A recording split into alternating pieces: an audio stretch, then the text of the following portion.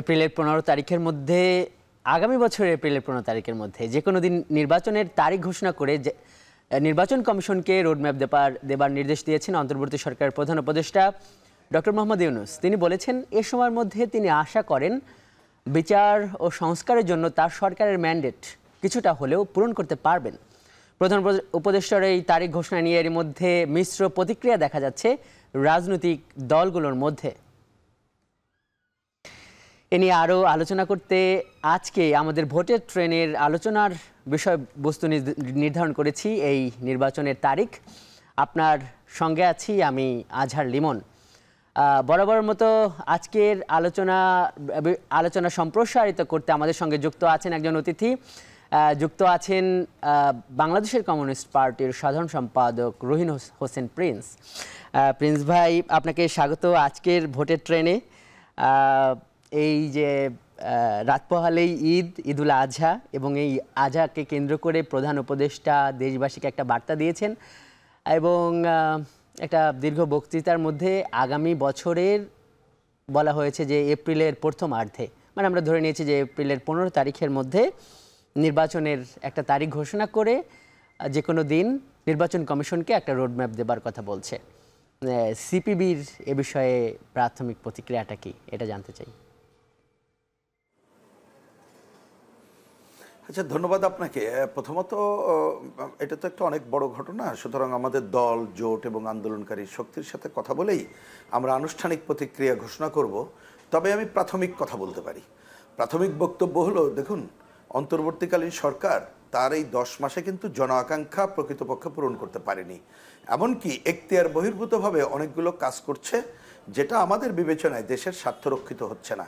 এই সামগ্রিক বিবেচনায় আমরা ডিসেম্বরের মধ্যেই নির্বাচিত সরকার দেখতে চেয়েছিলাম এবং আমরা আশা করেছিলাম যে ঈদের আগেই আমাদের প্রধান উপদেষ্টা যে ভাষণটা দিলেন তাতে জন আকাঙ্ক্ষার প্রতিফলন ঘটবে। অর্থাৎ ডিসেম্বরের মধ্যেই নির্বাচন কমিশনকে রোডম্যাপ ঘোষণার কথা বললেই সেটা জন আকাঙ্ক্ষাই বাস্তবায়ন করা হতো বলে মনে করি। সুতরাং আমার বিবেচনায় এপ্রিল এটা দেরি হয়ে যায়, এটা জন আকাঙ্ক্ষার প্রকৃত প্রতিফলন ঘটেছে বলে আমার কাছে মনে হচ্ছে না। প্রিন্স ভাই, এখানে প্রধান উপদেষ্টা একটা ব্যাখ্যা দিয়েছেন। তিনি বলেছেন যে তার সরকারি যে ম্যান্ডেটগুলো আছে, যে জুলাই গণহত্যার বিচার, এরপরে একটা সংস্কারের ম্যান্ডেট আছে, এইগুলো মানে ন্যূনতম বা একটা পরিমাণ পূরণ করার জন্য তার এই সময়টা দরকার হবে। এছাড়া যেহেতু গণঅভ্যুত্থান পরবর্তী একটা মানে এক ধরনের যুদ্ধাবস্থা আছে, প্রধান উপদেষ্টা এটাও তার ভাষণে বলেছে। তো একটা ভালো সুষ্ঠু ইলেকশন করার জন্য যে সামগ্রিক প্রস্তুতি, এরকম একটা কারণ দেখে উনি বলেছেন যে না, সেটা যদি এপ্রিল পর্যন্ত সময় পাওয়া যায়, উনি এভাবে বলেছে এই কাজগুলো রোজার ঈদের মধ্যে করতে পারবে। তার এই ব্যাখ্যাটার ব্যাপারে মানে কি বলবেন? মানে জন আকাঙ্ক্ষা আপনি বলছেন পূরণ হয়নি, কোথায় কোথায় পূরণ হয়নি? আচ্ছা, না, আমি একটু খুব পরিষ্কার করে বলি। প্রথম কথা, ওনার স্পিরিট যেটা, তার সাথে কোনো দ্বিমত নেই।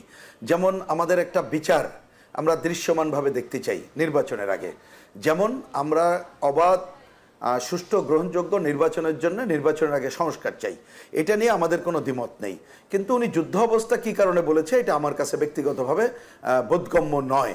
এবার আমি বলি, যেমন এই যে বললাম যে এত বড় একটা হত্যাযজ্ঞ, তার বিচারের কাজ তো আমরা অবশ্যই দৃশ্যমান দেখতে চাইব।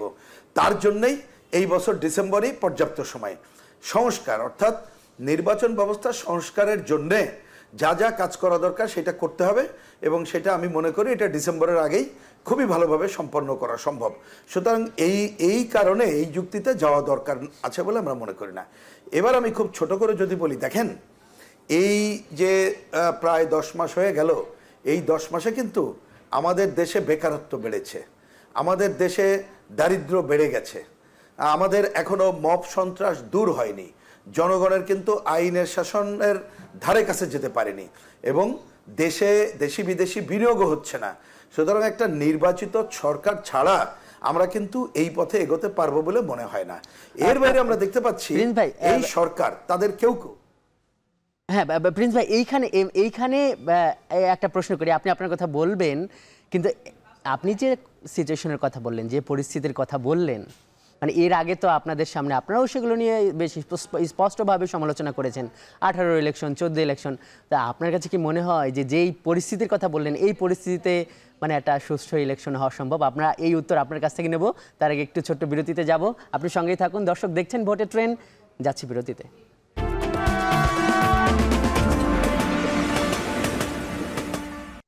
বিরতির পর স্বাগত দর্শক, দেখছেন ভোটের ট্রেন। আজকের ভোটের ট্রেনে আমাদের সঙ্গে যুক্ত আছেন বাংলাদেশের কমিউনিস্ট পার্টির সাধারণ সম্পাদক রহিন হোসেন প্রিন্স। প্রিন্স ভাই, আপনার কাছে যে প্রশ্নটা রেখে গিয়েছিলাম, মানে এখন যে পরিস্থিতি চলতেছে, আপনি বললেন যে আইন শৃঙ্খলা পরিস্থিতি অনেক দিক থেকে অবনতি আছে।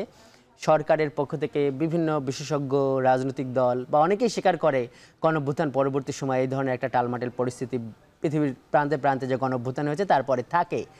আপনি যখন বলছেন যে এখনও আইন শৃঙ্খলা পরিস্থিতি ঠিক হয়নি, তাহলে সেইখানে একটা সুষ্ঠু নির্বাচন হবে না কি মনে হয়? নাকি এর আগের ইলেকশনের গুলোর মতোই এই যে ব্যালট ছিনতাই বা এই ধরনের দখলবাজির ইলেকশন হবে? মানে আপনার অবজারভেশনটা জানতে চাই।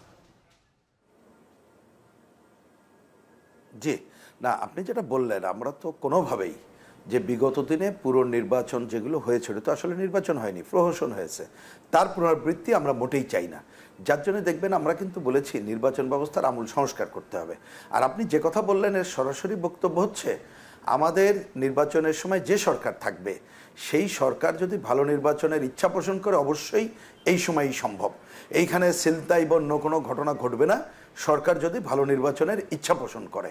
কারণ আপনি বিগত দিনে দেখবেন শাহাবুদ্দিন সাহেবের সময় 90-এর গণঅভ্যুত্থান পরবর্তীতে কিন্তু 3 মাসের মধ্যে নির্বাচন হয়েছিল। সুতরাং এইটাকে আমি কোনো সংকট দেখি না, বরঞ্চ আমি শঙ্কা দেখি কোথায় জানেন? যেটা আমি প্রথম পার্টে বলতে চেয়েছিলাম, সেটা হচ্ছে যে আমাদের বন্দর, করিডোর এ বিষয় নিয়ে নানা মত আছে। আমি দেখলাম আমাদের প্রধান উপদেষ্টা তার স্ট্রং পজিশন বলছেন, যার সাথে আমাদের দ্বিমত আছে।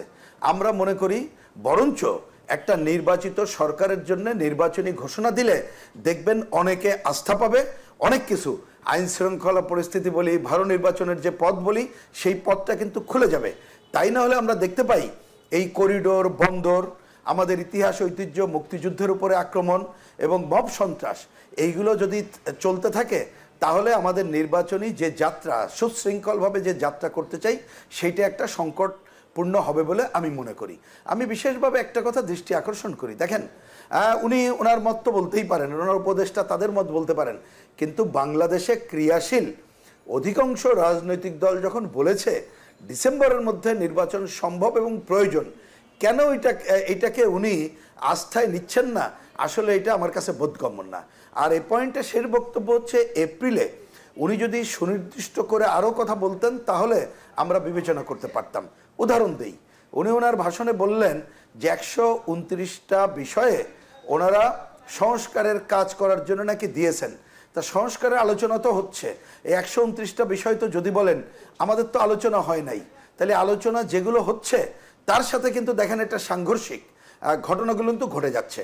কিন্তু আমরা অবশ্যই চাই পজিটিভ সংস্কার যা যা করা দরকার সেইটা করা হোক, যেটা আমরা আলোচনার সময় বলেছি। তা আমার মনে হয়, এটা আমি বললাম আমাদের প্রাথমিক প্রতিক্রিয়া, আমরা একটু দেখি যে অন্যান্য দল তারা কিভাবে বলে। কিন্তু আমাদের এখনো পর্যন্ত যে কি বলবো, যে ভয়ের জায়গাটা বা আমাদের আকাঙ্ক্ষার বিপরীতে যে জায়গাটায় আমরা দেখতে পাচ্ছি, তা হচ্ছে সরকার তার সময়ে যত দেরি করবে তত বেশি সংকট যেটা ঘনীভূত হলে তার পক্ষে এটা পারা সম্ভব হবে বলে মনে করি না। প্রিন্স ভাই, ধরেন যে সরকারের পক্ষেও যে কথাগুলো আছে সেই কথাগুলো একটু আপনাকে আমি বলি, যে বলা হচ্ছে যে না, অনেক পরিবর্তন হয়েছে, বিশেষ করে একটা দীর্ঘ যে বলা হয় যে স্বৈরশাসন, সেখানে যে লুটপাট তন্ত্র ছিল, অর্থ পাচার ছিল, সেগুলোর বিপরীতে রিজার্ভ বেড়েছে, এক্সট্রা জুডিশিয়াল কিলিং হয়নি, এবং সরকারের পক্ষ থেকে দাবি করছে নিরপরাধ অনেক মানুষের মামলা ছিল বা অনেক রাজনৈতিকভাবে মামলা ছিল, সেগুলো তুলে নেওয়া হয়েছে। এবং সরকার যেমন আজকে দাবি করেছে যে তারা এই যে বাজারের যে দুর্বৃত্তায়ন সেটাও অনেকটা দূর করেছেন এবং একটা ভালো অবস্থা ফেরত আনছেন। তবে এইগুলো কি আপনাদের কাছে অর্জন মনে হয় না নাকি, বা এইগুলোর ব্যাপারে আপনার মন্তব্য কি? না, বুঝতে পারছি, কিছু অর্জন তো আছেই, অর্জন তো নাই মোটেই, এটা আমরা বলার কিছু নেই। ধরুন প্রথমে ওনারা এসে একটা গুম কমিশন করেছেন এবং গুম বিরোধী যেটা স্বাক্ষর করেছেন, নিঃসন্দেহে এইটা হয়তো আমাদের গুমের যে ভয়ের ধারা ছিল সেটাকে বাতিল করেছে। কিন্তু দেখবেন নতুন করে আরেক ধরনের এই যে মবের কারণে একটা ভয়ের ধারা আছে, সেটি একটি অর্থনৈতিক দুর্বৃত্তায়ন। হ্যাঁ, এই সময়ে আপনি দেখবেন যে অনেক ঘটনা ব্যাংকিং খাত হয়তোবা একটু শৃঙ্খলতার সাথে আনার কথা আমরা দেখতে পাচ্ছি, কিন্তু আপনি দেখেন শেয়ার বাজার সহ অর্থ পাচার কিন্তু একেবারে বন্ধ হয় নাই। আমি কিন্তু এই অল্প সময় আশাও করছি না, এই আশা করাটা যথাযথও না, বা এই সরকার এটা পারবেন এটা প্রত্যাশাও ঠিক না। সুতরাং কিছু পজিটিভ যে নাই তা তো না, কিন্তু আমি বলছি যতক্ষণ না পর্যন্ত একটা নির্বাচিত সরকারের ধারা আপনি যেতে না পারবেন ততক্ষণ কিন্তু পুরো প্রত্যাশা পূরণ হবে না। আর একটা জিনিস খেয়াল রাখেন, যদি আমরা বুঝতাম এই সরকারের উপদেষ্টা সহ যারা আছেন তারা ঐক্যবদ্ধভাবে যেসব কথা বলতে চান সেইটা জন আকাঙ্ক্ষার সাথে সামঞ্জস্যপূর্ণ, তাহলে তো হতো। আমি বোঝার জন্য একটু ছোট কথা বলি, যেমন ধরেন গত দুদিন আগে গভীর রাতে এই যে মুক্তিযুদ্ধকে নিয়ে যে গেজেট প্রকাশ করা হলো, তো এইটা নিয়ে দেখেন যে এই বিতর্কে কি অবসান উনি করতে পারলেন। বাজারের কথা উনি বললেন, হ্যাঁ কিছু কিছু জিনিস ঠিক আছে, কিন্তু বাজার সিন্ডিকেট কি ভাঙা গেছে? প্রিন্স ভাই, এই যে এই সমস্ত ক্ষেত্রে মানে সরকারের পক্ষ থেকেও কিন্তু এই ধরনের একটা অভিযোগ আসছে যে এই রাজনৈতিক দলগুলো এই সরকারকে সমর্থন দিয়ে একটা অন্তর্বর্তী সরকার গঠন করতে ম্যান্ডেট দিল, সমর্থন দিল, মানে তারা এখন কোনো কোনো জায়গায় সরকারকে সহায়তা করছে না। মানে এটা তো একটা রাজনৈতিক সরকার না, কিছু করতে গেলে তো রাজনৈতিক দলগুলোর সহায়তাও দরকার। বড় দল ছোট দল অনেক দলের প্রতি সরকার বিশেষজ্ঞরা এরকম একটা পর্যবেক্ষণ দিচ্ছে, মানে সেই দায়কে আপনারা নেবেন যে আপনার সরকারকে খালি সমালোচনাই করছেন বা?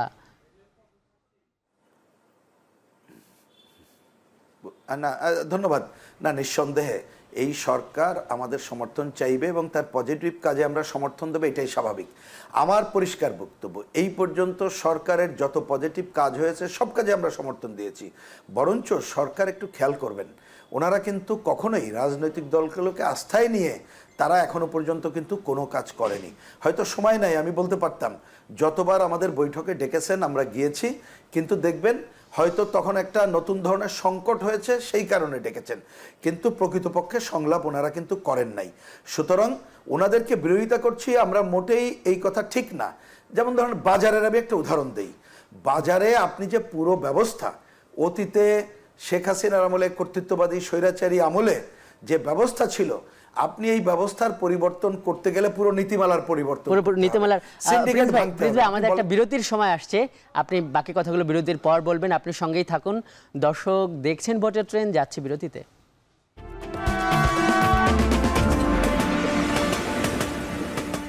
দর্শক স্বাগত, আরও একবার দেখছেন ভোটের ট্রেন। আমাদের সঙ্গে যুক্ত আছেন বাংলাদেশের কমিউনিস্ট পার্টির একজন শীর্ষ নেতা প্রিন্স ভাই। আমরা একদম শেষ প্রান্তে আছি, আমরা একটু ওই সংস্কার আলোচনা দিয়ে শেষ করি।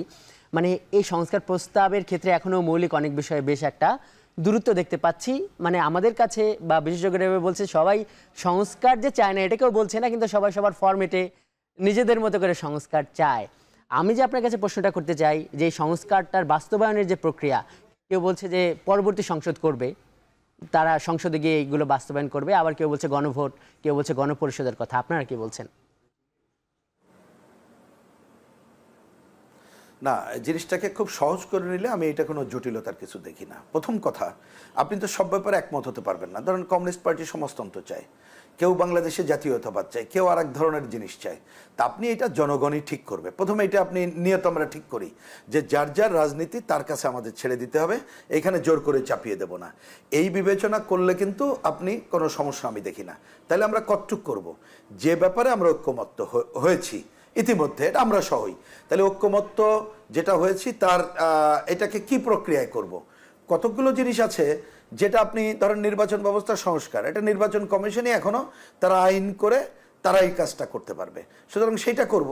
আবার ধরেন সংবিধানের কতকগুলো আলোচনা আমাদের আছে, ধরেন 70 অনুচ্ছেদ, তার অনেকগুলো বিষয় আমরা ঐক্যমত্যই পোষণ করেছি, এটা খুব একটা সংকট আছে বলে মনে করি না। আমি সময় নাই বলে একটা উদাহরণ দিলাম, তো এইটা তো আমরা করতে পারবো না। তা আমরা ঐক্যমত্য যদি প্রতিষ্ঠা করে রাখি, আগামী সংসদ করবে। এবং আমাদের কমিউনিস্ট পার্টির দৃঢ় অবস্থান, এই মুহূর্তে গণপরিষদ গণভোট এটা প্রয়োজন নাই, কারণ সেই পরিস্থিতি আমাদের এখানে নাই। এইটা আমাদের সংক্ষেপে আমি বলি যে কেন প্রয়োজন নাই, এই কথায় একটা উত্তর দিতে পারেন? কারণ গণভোটটা আপনি বললেন যে মানুষের মতামত, মানুষ সিদ্ধান্ত নেবে, তাহলে গণভোট তো মানুষের মতামত প্রকাশের একটা উপায়। না নিঃসন্দেহে, কিন্তু এজেন্ডা কি ওইটা তো ঠিক করেই পারবো না আমরা। কি কি বিষয় গণভোট করব ওইটা তো আমরা ঠিক করতে যেই যে সময় চলে যাবে সেটা কিন্তু এবার পারবো না। নিশ্চয়ই গণভোট কখনো প্রয়োজন হলে করব। গণপরিষদের আলোচনাটা আসে যে আমি পুরো সংবিধান পুনর্লিখন করব বলে, আমরা তো সেটা চাই না। এখন তো সংবিধান একটা ব্যাপক সংস্কারের কথা বলছে পুনর্লিখন বা ব্যাপক সংস্কারের জন্য গণপরিষদ হলে সেই পরিষদের একটা দায়িত্ব থাকবে যে না এটা একটা ব্যাপক সংস্কার করবে। না, আমরা তো ওই যে বললাম দ্বিমত তো এইখানে, আমরা তো সংবিধান পুনর্লিখন চাই না, আমরা চাই সংবিধানের অসম্পূর্ণতা দূর করার জন্য। সুতরাং ওই দ্বিমত আছেই তো, ওইটা তো আপনি ঐক্যমত্য করতে পারবেন না। আপনি ধরেন নারী আসন, আপনি একটা সহজ বুঝি, বাইরে প্রচার হয় কিনা যাই না, আপনি যে নারী আসন 100 উন্নীত করার ব্যাপারে কমিউনিস্ট পার্টি দীর্ঘদিন লড়াই করছে, আমরা অধিকাংশ দল একমত, কিন্তু ওইটাও তো আমরা একমত হইতে পারছি না। আমাদের অনেকে নারী নেতৃত্ব যারা চায় না তারা এটার বিরোধিতা করছে। তা আমি বলছি এটা জোর জুলুমের ব্যাপার না, এইটা ছেড়ে দিতে হবে। যার যার বক্তব্য নিয়ে সে জনগণের কাছে যাবে, মাঠে যাবে, তারা নির্বাচিত হয়ে আসলে ওইটা জনমতের প্রতিফলন হিসেবে তারা আগামীতে করবে। সুতরাং ইচ্ছা করলেও আপনি ঐক্যমত্য যেহেতু করতে পারবেন না, এই জন্য গণপরিষদ এবং গণভোটের প্রয়োজন নেই, সংবিধান পরিষদের প্রয়োজন নেই। আগামী নির্বাচিত সংসদ এই কাজ করবে। এখন একটা প্রশ্ন আসে, সংসদ কি করবে? কথা পরিষ্কার, সংসদ যদি না করে এই দায় যারা ক্ষমতায় আসবে তাদের, এবং এই গণঅভ্যুত্থানের মধ্য দিয়ে মানুষের মধ্যে যে সচেতনতা সৃষ্টি হয়েছে, আমি মনে করি সেই সচেতনার উপরে দাঁড়িয়ে কোনো দল সে যদি দায়িত্ব পালন না করে জনগণই তার বিরুদ্ধে অবস্থান ঘোষণা করবে। সুতরাং সব রায় দেওয়ার অধিকার জনগণের হাতে ছেড়ে দিতে হবে। প্রিন্স ভাই, মানে বারবার গণঅভ্যুত্থানে মানুষ, বাংলাদেশের মানুষ শুধু লড়াই করবে সেটিও নিশ্চয়ই একটা মানে কেমন প্রত্যাশা সেটা জনগণ বিচার করবে। প্রিন্স ভাই, আপনাকে অনেক ধন্যবাদ আজকের ভোটের ট্রেনে যুক্ত হওয়ার জন্য। দর্শক, এই ছিল আজকের ভোটের ট্রেনে, এতক্ষণ সঙ্গে থাকার জন্য ধন্যবাদ।